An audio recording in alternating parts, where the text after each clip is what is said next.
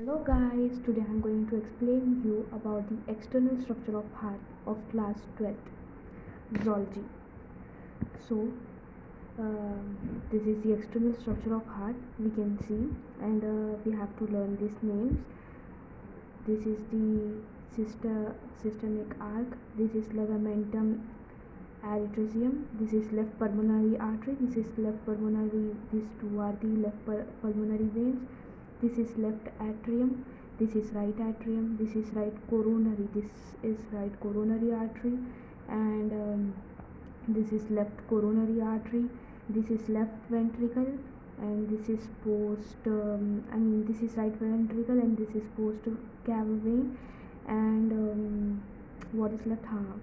Right pulmonary veins. These both are right pulmonary veins, and this is left pulmonary veins, and this is pulmonary arc. Okay, so this we have to learn the names of the diagrams, and then we cannot leave the answer like this, right? We need to learn about the all we have to write about this all these names details. So first, in external structure, human heart has four chambers with two atria and two ventricles. This is okay, so we have two atria and two ventricles, one on left and one on left, on one on right. So atria has ventricles. Atria and ventricles are separated externally by coronary sulcus. The muscular pouch like projection from each atrium is called auricular appendix. Okay, the muscular pouch like projection from each atrium is called auricular appendix. I don't think it is mentioned in the diagram. No, it's not there. We have to learn this. And the opening of the prevagal vein into the right atrium has no valve, means that the opening of precaval vein. Where is precaval vein? Here it is for postcaval vein. This is precaval vein. In this prevagal vein, in this in this precaval vein, there into the right atrium has no valve. Here there is no valve. Sorry, I am so sorry. There is no valve.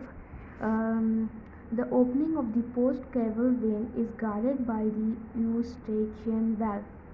Eustachian valve directs the blood to the left atrium through the foramen ovale in the fetal stage, but in the adult it becomes rudimentary and non-functional. So when the person is very small at the fetal stage, it is a foramen oval, but it becomes rudimentary and non-functional when it becomes adult, when the person will become adult, or when the baby becomes adult. So now the next point, right atrium also receives blood from myocardium through coronary sinus.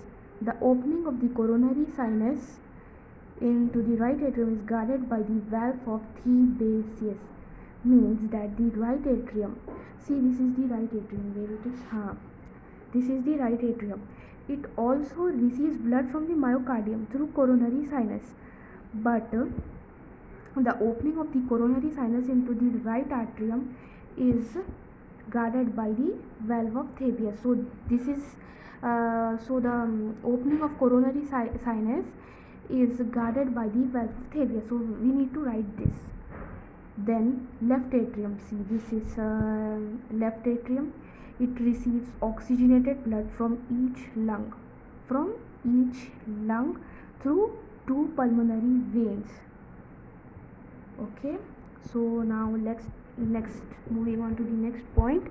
Left atrium receives oxygenated blood, right now I said. Okay, the left and right atrioventricular apertures are guarded by the bicuspid or mitral valve and tricuspid valves respectively.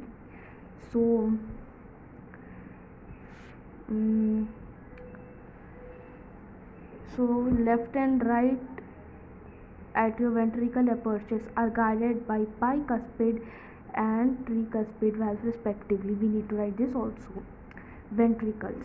Now we have to write about ventricles. What actually ventricles are? So these are actually thick walled blood pumping chambers lower in the present in the lower chambers. So the two ventricles are separated by an interventricular septum.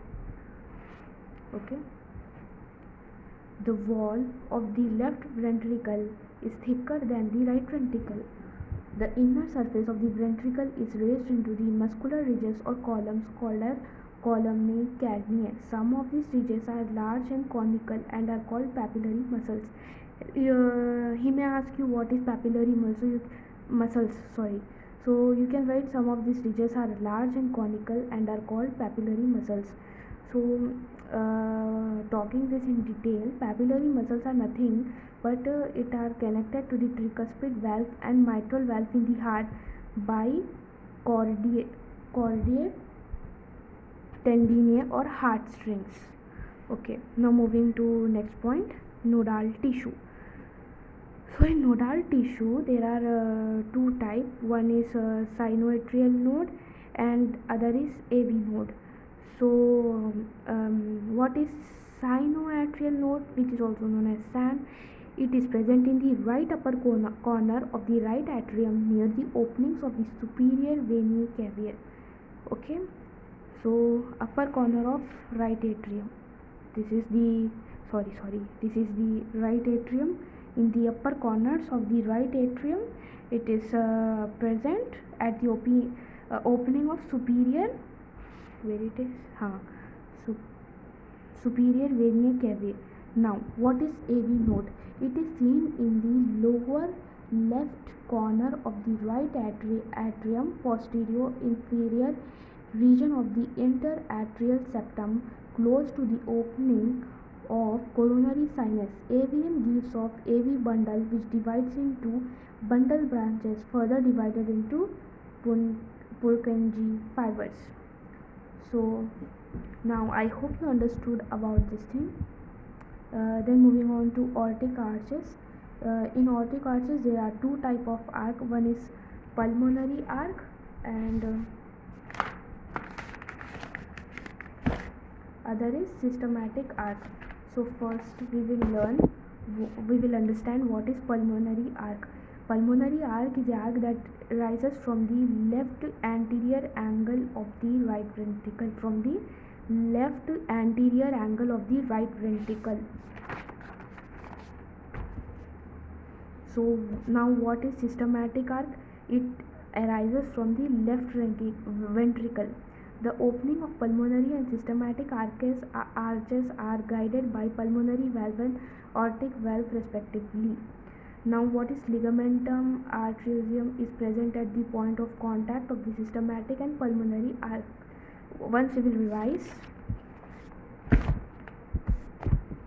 this is the external structure of the heart. Just now we have learned about it and we have wrote this in detail. It has two valve. Right atrium has no valve, and about Eustachian valve and valve of Thebes. It is the opening of coronary sinus into the right atrium is guarded by the valve of Thebes. And then about left atrium and ventricles, and then papillary muscles, columnae carneae, and this nodal tissue. This is very very important. We need to write these headings. We will get marks for this also. Thank you. I hope you understood. If any doubts, you can ask me in comment box. Thank you.